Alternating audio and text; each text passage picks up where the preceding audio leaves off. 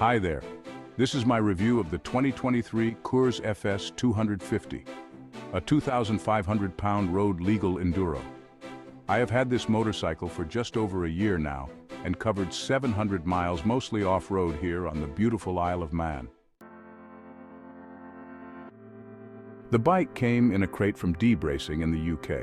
Assembly consists of fitting the front forks, wheels, linkages, and following all the usual PDI checks. All the paperwork for registering with the DVLA comes with it. A bike considered a sister to the Kurz is the non-road legal 1010-250RX. And there is a great assembly video by Fun Bikes on YouTube if this is the first time you are assembling a bike. Otherwise, leave it to a trusted mechanic to do it for you. Note, there are some differences to the 250RX, such as the engine and suspension, apart from missing the road legal kit and paperwork. So please bear this in mind if ordering parts or looking for a road legal versus purely track bike. Let's talk about what has been done to the Kurz FS250. The bike is loosely based on an earlier model Honda CRF in terms of frame and plastics. I have focused mostly on protection of the bike due to the lanes here being quite rocky in places. First up are Acerbis frame protectors to fit a Honda CRF which fit nicely. These combined with eBay universal swing arm protectors to avoid scratches and/or dents from hitting rocks, both doing good jobs. There is a specifically designed aluminum bash plate also available from a company called AD Moto, and I opted for a Cerakote. This bolts directly to the frame mounts and comes with longer bolts and a bracket to sit over the frame at the rear. This is well worth the 120 pounds it costs, having time and time again saved the frame and the engine from damage caused by the aforementioned rocks. Finally, eBay universal wraparound hand guards with metal frame to protect the levers and my hands from bushes and/or drops. The only other changes on the bike is the rear sprocket, which is a JT Steel JTR 897 fitting, which is the same as many KTM and Husqvarna Enduros. This I changed to a 42 tooth from 45 to increase the first and second gears mostly and lower RPM on the road. I took the opportunity to also fit a JT HD X ring chain as part of that work, as the original O-ring chain is known to be a weak part of the bike.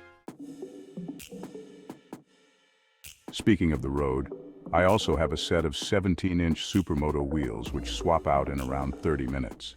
In the Enduro tires, I've put OKO Extreme Dirt Bike Tire Sealant as tested by the Gas race team for peace of mind. Reliability and servicing. I will start with reiterating that if you are building this yourself, make sure you follow all the PDI guidance in the manual, including checking the valves, using Loctite on bolts, and changing out the transport oil before you start it up. I've seen quite a few people have issues with their bikes, and this is often due to how they built the bike or, if it's a low-mileage second-hand, the original owner not following guidance, leading to issues or rough running. In terms of servicing, I did my first service at 254 miles and found the valves a little out, which you can tell by louder popping and banging on deceleration compared to the usual burble they have. So just keep an ear open for that in case it comes in earlier than your planned service interval.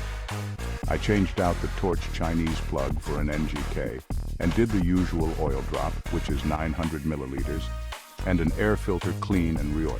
The oil filter is just a thimble type, so it's just a check and clean. My second service I did at 590 miles. Valves were within spec, and at this point, due to all the mud and water I'd been through over those miles, took apart, cleaned, and re-greased the linkages, wheel bearings check, etc. All were fine. Spoke tension is checked after each ride once cleaned. I found that way no spokes end up loose, and I've always done that across enduros. During the build, I used FS250 on electrical connectors internally, and then sealed them up with liquid rubber.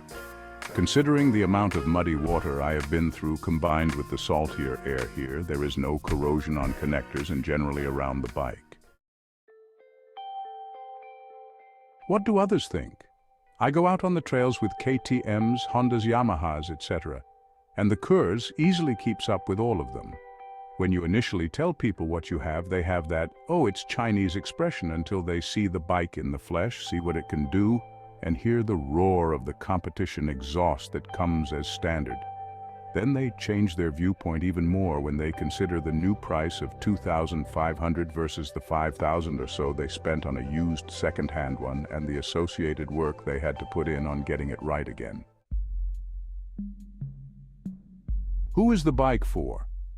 I feel it's for people who understand value, don't want to inherit all the issues you get with a well-used dirt bike for the same price, and those that don't care about branding.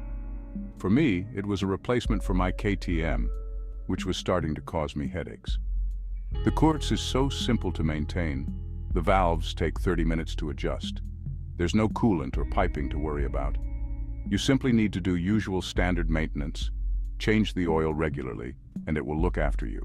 Best of all, it's so cheap for parts that if you do end up dropping it or bending something, you won't get too upset. FS250 plastics of a certain age fit KTM sprockets. The option to fit low-cost supermoto wheels opens up more on-road fun should you wish. Facebook group. There is a Kurz Facebook group with a number of FS250 owners on there, all super helpful if you need advice or ideas on parts to fit. I hope you found this video review useful, and feel free to reach out to me for more information on the Kurz FS250. It's a great bike at a great price. Get out there and explore.